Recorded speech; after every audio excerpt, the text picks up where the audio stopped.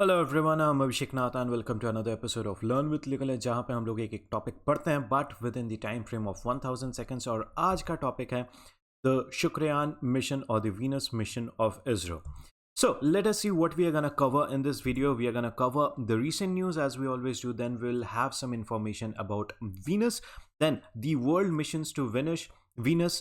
Then Shukryan mission, and then we'll have a quick summary as we always do. So, recent news में यह है कि India will launch the Shukryan Venus mission in the year 2024. Actually, ये target year था 2023, but due to the pandemic and the lockdown and all these things, इसको एक साल postpone कर दिया गया है. फिर उसके बाद एक और न्यूज़ है, Sweden has got on board India's Venus mission with payload to explore the planet. So let us have some information about Venus. Now this is going to be a short and sweet video for you guys, right? And then हम लोग इसके बारे में देख लेते हैं. But why we have taken this topic? Because yes, Shukryan mission was making quite a few headlines since the past few days. तो इसलिए this can be important from your exam point of view. And if this is important, तो आपको ये Venus के बारे में जो trivia kind of questions है, वो भी आपके लिए बहुत important रहेगा from the exam point of view. So Venus के बारे में देखते हैं. Venus is the second planet in our solar system if we count the planets from the sun side, right? So पहले Mercury आता है, then उसके बाद Venus आता है, and we call Venus as the Earth's sister planet. Why?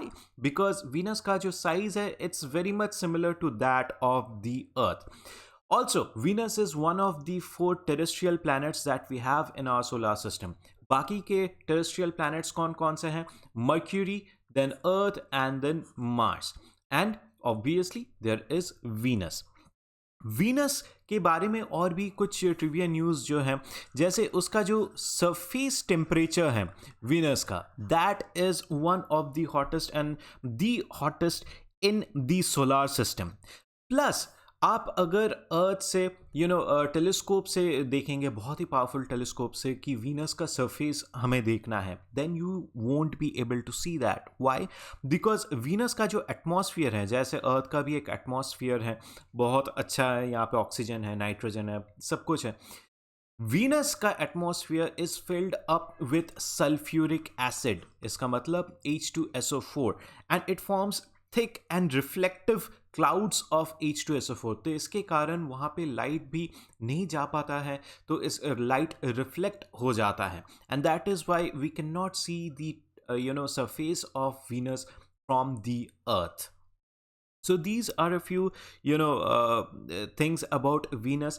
Plus आपने अगर notice किया होगा, just a few days back अभी ये एक फिनोमेना हुआ था, स्पेशल फिनोमेना हुआ था, जब Venus and Jupiter came in the same line, right? वो एक लाइन में दिख रहे थे, and this was a phenomena that happened after a lot of years. ये next शायद 2080 में देखा जाएगा, right? And why this was important? This was important क्योंकि बोला जाता है Venus is one of the brightest objects in the night sky, right? जो सबसे ज़्यादा bright light में आपको दिखेगा, that will be Venus in the night sky. Now world missions to Venus. Venus में देखिए एक्चुअली बहुत सारे मिशंस जा चुके हैं. 1960 से शुरू हो चुका है वीनस को एक्सप्लोर करने का जो सिलसिला, but a very few have become successful.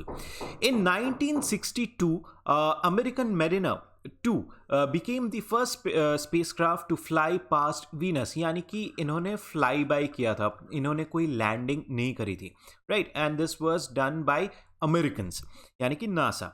1966 में when Russia was under Soviet union, उनका एक स्पेसक्राफ्ट है विनियरा 3, इन्होंने क्रैश लैंड किया था. क्रैश लैंड का मतलब है स्पेसक्राफ्ट को एकदम क्रैश करके लैंड कराना. It was not a controlled landing, but it was the first spacecraft to do so, to do any sort of a landing on another planet. फिर उसके बाद first controlled and soft landing जिसको बोला जाता है, that was done by Venera 7. Again, that was by the Soviets, and that was done in December 1970. और तब पता चला कि जो सरफेस टेम्परेचर वीनस का that is 455 degree centigrade to around 475 degree centigrade, and that makes Venus surface the hottest in the solar system. एंड ये actually Venera 7 जो है ये सिर्फ 23 मिनट्स के लिए अर्थ के साथ कॉन्टैक्ट पे था और उसी में ये टेम्परेचर इंफॉर्मेशन पास किया। देन उसके बाद हम लोग रिसेंट में आएंगे 2010 में जापान का जो जैक्सा है यानी कि उनका जो स्पेस एजेंसी है उन्होंने लॉन्च किया था अकात्सुकी।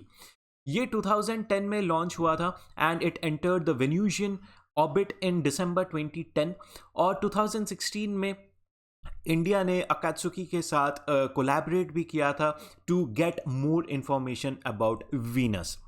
Now several space probes en route to other destinations have used flybys of Venus to increase their speed via the gravitational slingshot method. Gravitational slingshot method का आप देखिए ये Voyager 1 है, जैसे अर्थ के ऑर्बिट से ये निकला, दिस इज अनदर प्लैनेट। अब ये क्या करेगा, ये जो प्लैनेट का ग्रेविटेशन है उसको यूज़ करके वो एक स्लिंग शॉट तरीके से अपने जो भी पाथ है वहाँ पे जाएगा। यहाँ पे एक और प्लैनेट है उसका ग्रेविटेशन यूज़ करके ये एक और बार डिफ्लेक्ट हो गया। This is called the gravitational sling shot method. Now ये क्या होता है, जैसे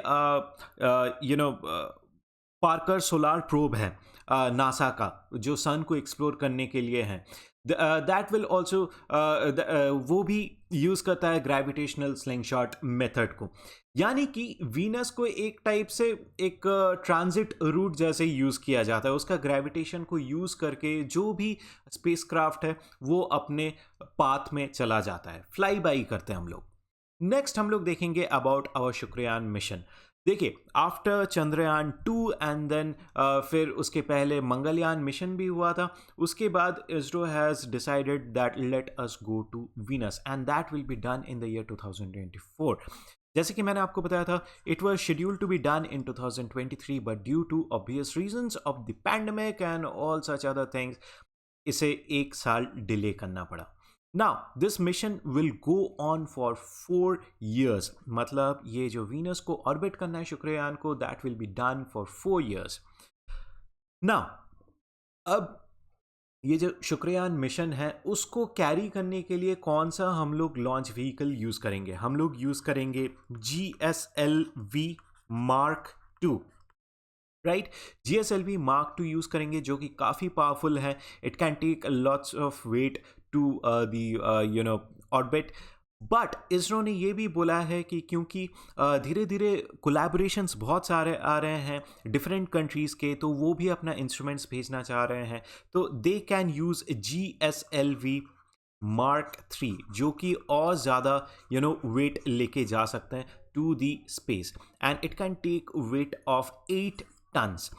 देखा जाए अगर दूसरे कंट्रीज़ के लॉन्च व्हीकल्स के साथ अगर कंपेयर करें, जैसे Falcon 90, Falcon heavy, Ariane 5, Delta 4 heavy, then उसके हिसाब से GSLV Mark 3 can take light weight, but still 8 ton is quite a bit of a weightage that the spacecraft can take as payload to the space. Now हम लोग देखेंगे कि कौन कौन से इंस्ट्रूमेंट्स जाएंगे। एक तो इसरो का ही एक फ्लैगशिप इंस्ट्रूमेंट रहता है, that is the synthetic aperture radar यानी कि SAR। ये इसरो ने चंद्रयान 2 में भी लेके गया था। What does this mean? It means जो भी प्लैनेट है या सैटेलाइट है, नेचुरल सैटेलाइट है, उसका जो सरफेस है उसको पढ़ने के लिए ये SAR यूज़ किया जाता है। रडार से हम लोग उसके जो भी एलिवेशन है, डिप्रेशन है, वो हम लोग देख सकते हैं, उसको पढ़ सकते हैं, स्टडी कर सकते हैं। So that is a flagship instrument of ISRO, तो that will go on the Venusian surface. फिर उसके बाद हम लोग देखेंगे कोलैबोरेशंस का। नवंबर 2020 में जैसे स्वीडन ने बोला कि they will collaborate with Shukrayaan mission, और वहाँ पे क्या लेके जाएंगे? They will take VNA। VNA का फुल फॉर्म है Venusian neutrals analyser. Venusian neutrals analyser. ना इसका काम क्या है? देखिए, this is the sun right, and this is Venus. Venus के आसपास एटमॉस्फेयर है तो ऑब्वियसली एक्सोस्फीयर होगा एंड ऑल दीज थिंग्स होगा. और जैसे कि मैंने आपको बोला था, वीनस का जो एटमॉस्फेयर है it is filled up with H2SO4 clouds, यानी कि सल्फ्यूरिक एसिड क्लाउड्स, जो कि हाईली रिफ्लेक्टिव होता है, राइट. और इसी के कारण वीनस का जो सरफेस है वो हम देख नहीं पाते. तो व्हाट विल हैपन, ये जो VNA है यानी कि Venusian neutrals analyser, this will help in studying that how the sun's rays interact with the atmosphere and exosphere of the Venus. ये जो सन का जो रे है, how it interacts with the atmosphere and the exosphere of Venus. That is Sweden. फिर उसके बाद हम लोग बात करेंगे about France. France will collaborate with ISRO for the VIRAL instrument. VIRAL का फुल फॉर्म है Venusian infrared atmospheric gases linker. Venusian infrared atmospheric gases linker, इस उसका एक्रोनिम है VIRAL, right. So please do note it down. तो ये जो instrument है it has been manufactured in collaboration with Roscosmos. कौन से कंट्री का स्पेस एजेंसी है रॉस्कोमॉस? रशिया. नाउ इसके अलावा ISRO will take another instrument and ये जो इंस्ट्रूमेंट है it will help study them the planet's atmosphere in infrared, then ultraviolet and sub-millimeter wavelengths. Right. So मतलब हम लोग क्या कर रहे हैं, एक तो सरफेस को पढ़ने के लिए, उसके सरफेस को स्टडी अप करने के लिए हम लोग SAR का यूज़ करेंगे. और फिर एटमॉस्फेयर को, जो वीनस का जो एटमॉस्फेयर है वो काफ़ी क्यूरियस है, सल्फ्यूरिक एसिड से वो भरा है, तो उसको पढ़ने के लिए we are gonna use this ISRO's instrument जो इंफ्रारेड, अल्ट्रा वायलेट और फिर सब मिलीमीटर वेवलेंथ्स में उसको स्टडी करेंगे. Then we will also use VNA जो कि स्वीडन का है, which stands for Venusian neutrals analyser. और उसके अलावा देयर इज़ ऑल्सो वायरल जो कि फ्रांस का कोलैबोरेशन है विथ इसरो, राइट.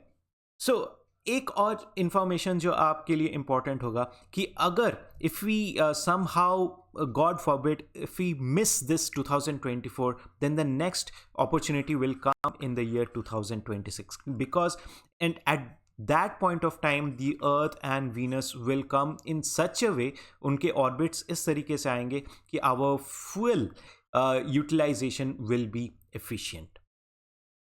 सो हम लोग देख लेते हैं quick summary what we can say. देखिए क्विक समरी में ये है कि we are going to Venus in the year 2024. It will be the end of 2024 when Shukrayaan will be launched. It will be launched using GSLV Mark II. अभी तक इसरो ने यही बताया, पर इसरो ने बताया कि जैसे जैसे the collaboration is going on और भी ज़्यादा आ रहे हैं इंस्ट्रूमेंट्स ऑफ डिफरेंट कंट्रीज़, तो इसरो ने बोला है कि we can use GSLV Mark III. ये 3 to 6 months में ये इसरो क्लियर कर देंगे. एंड ऑल्सो मैं आपको ये बताना चाहूँगा कि there have been dozens of missions to Venus for the past few years, but only a few have been successful. और इंडिया ने 2012 से ये सोच के रखा था कि we will go to Venus, और फिर उसका प्लान करते करते अभी 2020 में एक पूरा कॉन्क्रीट प्लान हो गया कि इन 2024 विल गो देयर. यहाँ पे इसरो के साथ France has made a collaboration. France will give ISRO the VIRAL instrument which stands for Venusian infrared atmospheric gases linker. ये उन्होंने रॉस्कोमॉस के कोलैबोरेशन के साथ बनाया है. Roscosmos is the space agency of Russia. Plus इसके अलावा स्वीडन ने रिसेंटली इसरो के साथ कोलैबोरेट किया है फॉर VNA यानी कि वेन्यूशियन न्यूट्रल्स एनालाइजर, जो कि वीनस का जो एटमॉस्फेयर है उसको स्टडी अप करेगा. प्लस इसके अलावा देयर इज़ SAR जो इसरो का फ्लैगशिप इंस्ट्रूमेंट है, which stands for synthetic aperture radar, which will study the Venus's surface. So that's it from me in this video. I'm going to see you again in the next one with another episode. So see you then. Till then, bye bye and all the very best. Stay healthy, stay safe. Thank you.